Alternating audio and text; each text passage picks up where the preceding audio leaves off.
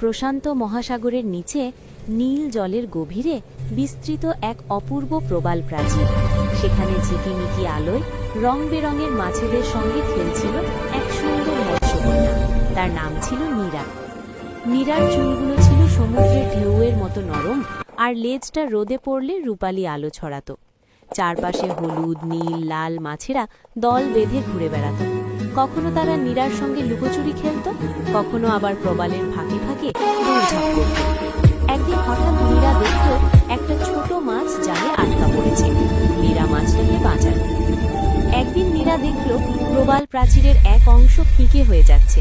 মাছেরা ভয় পেয়ে ছুটোছুটি শুরু করল। নীরা বুঝতে পারল সমুদ্রের ভারসাম্য নষ্ট হচ্ছে।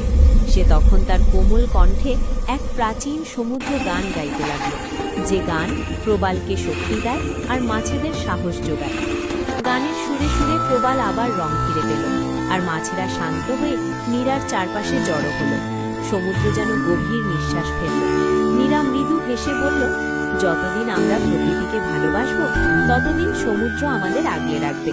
সেদিন থেকে নীরা শুধু খেলাই করে না, সে সমুদ্রের রক্ষক হিসেবেও পরিচিত হলো। আর রং বেরঙের মাছেরা জানত, নীরা পাশে থাকলে প্রশান্ত মহাসাগর সবসময়ই নিরাপদ।